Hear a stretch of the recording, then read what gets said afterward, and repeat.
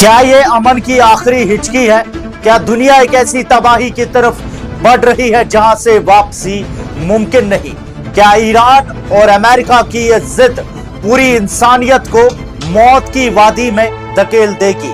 इस वक्त की सबसे बड़ी खबर, मिडिल ईस्ट में अमन की उम्मीदें राख हो रही है और जंग के शोले दुनिया को अपनी लपेट में लेने के लिए तैयार है।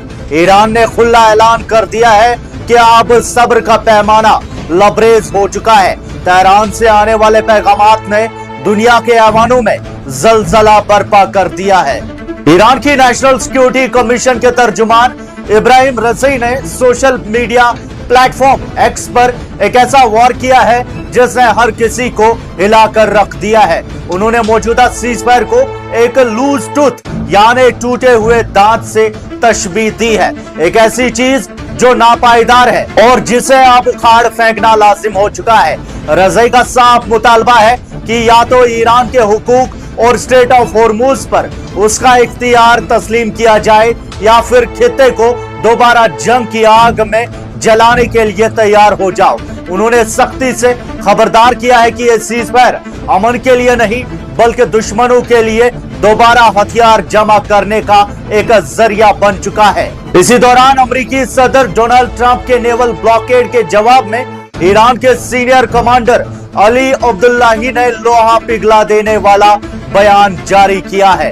खत्म अल अंबिया सेंट्रल हेडक्वार्टर्स की जानिब से वाज़ेह धमकी दी गई है कि अगर अमेरिका ने ईरान की नकलो हमल रोकी तो Persian Gulf, Sea of Oman और रेड सी से होने वाली दुनिया की हर किस्म की एक्सपोर्ट्स और इंपोर्ट्स रोक दी जाएंगी।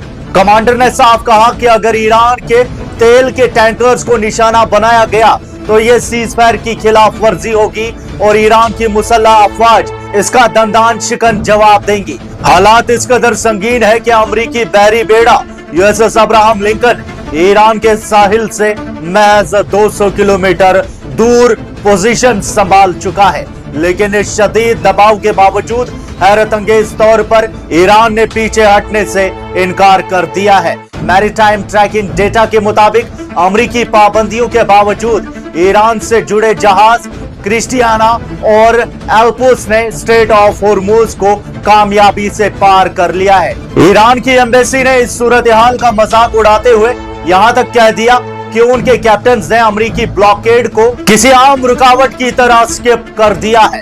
लेकिन दूसरी तरफ अमेरिकी फौजी हरकते अमल ने खतरे की घंटी बजा दी है। इस्लामाबाद में होने वाली मुज़ाकरात की नाकामी के बाद 1000 से ज्यादा इजाफी अमेरिकी फौजी और 2000 से ज्यादा एलीट पैराट्रूपर्स मिडिल ईस्ट पहुंच चुके हैं। इसराइल के बेन गुरियन एयरपोर्ट पर दुश्मन के 14 से ज्यादा रिफ्यूलिंग टैंकर्स लाइन लगाए खड़े हैं जो किसी भी लम्हे बड़े हवाई हमलों को सपोर्ट कर सकते हैं। ईरान ने भी साफ कह दिया है कि वो किसी धमकी के आगे सर नहीं तस्लीम करेगा और स्ट्रेट ऑफ हॉर्मुज़ की तरफ बढ़ने वाले हर जंगो जहाज से सख्ती से निपटा जाएगा।